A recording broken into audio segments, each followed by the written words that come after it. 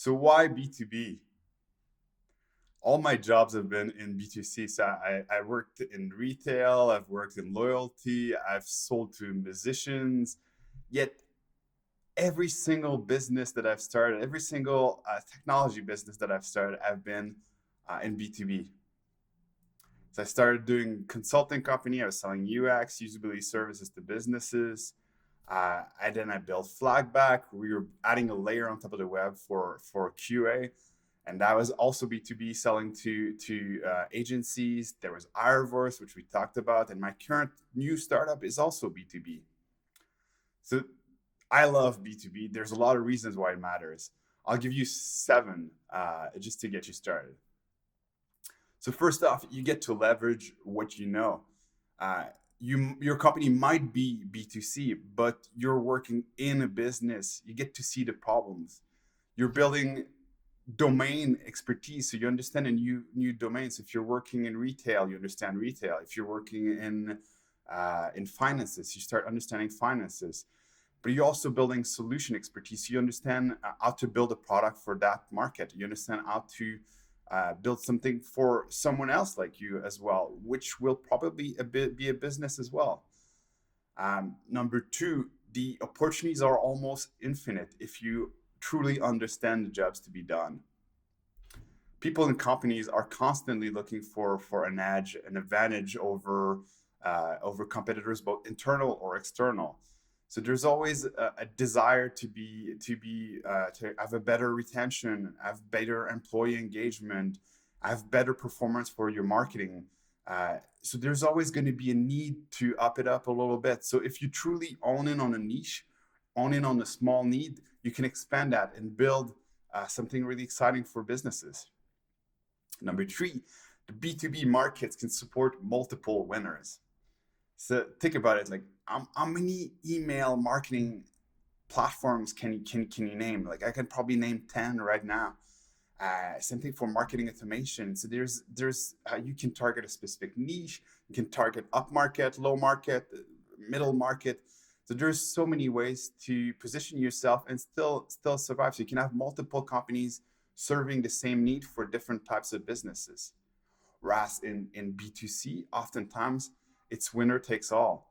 Uh, so Facebook has no real competition. So their WhatsApp, their Instagram, their Facebook.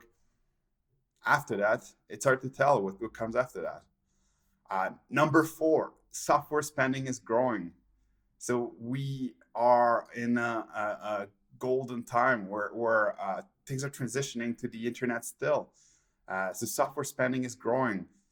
Businesses use more and more tools. I was speaking with a company the other day that uses 80 tools to manage their business. 80, like 80. And they're still thinking about getting new ones because if you can automate this, you can make this better, make that better. If the return on investment is there, why would you not do it? There's a lot of functions that are still underserved. A lot of the technologies for marketing or for development or for product. There's still a lot of other functions in companies that can be helped. Like for example, finance software could be a lot of other opportunities there. Uh, Things have got to change as well. So that's number five.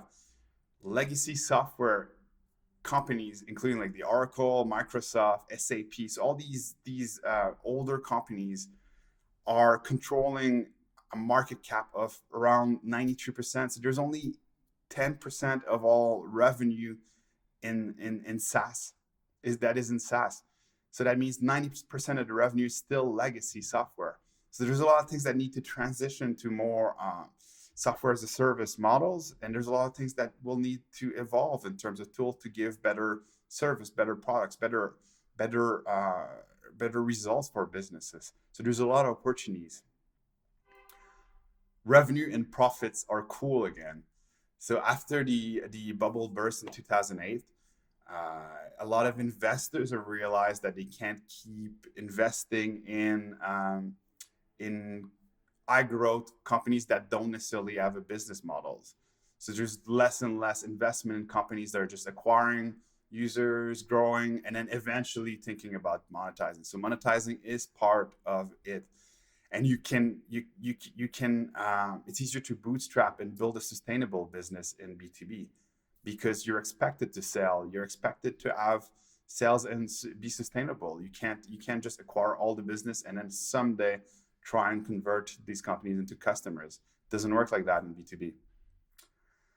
The innovation industry is booming. So if you look at the US or the Asian market or the European market as well, there's so many people working in innovation in companies because companies are feeling they need to adapt, they need to evolve.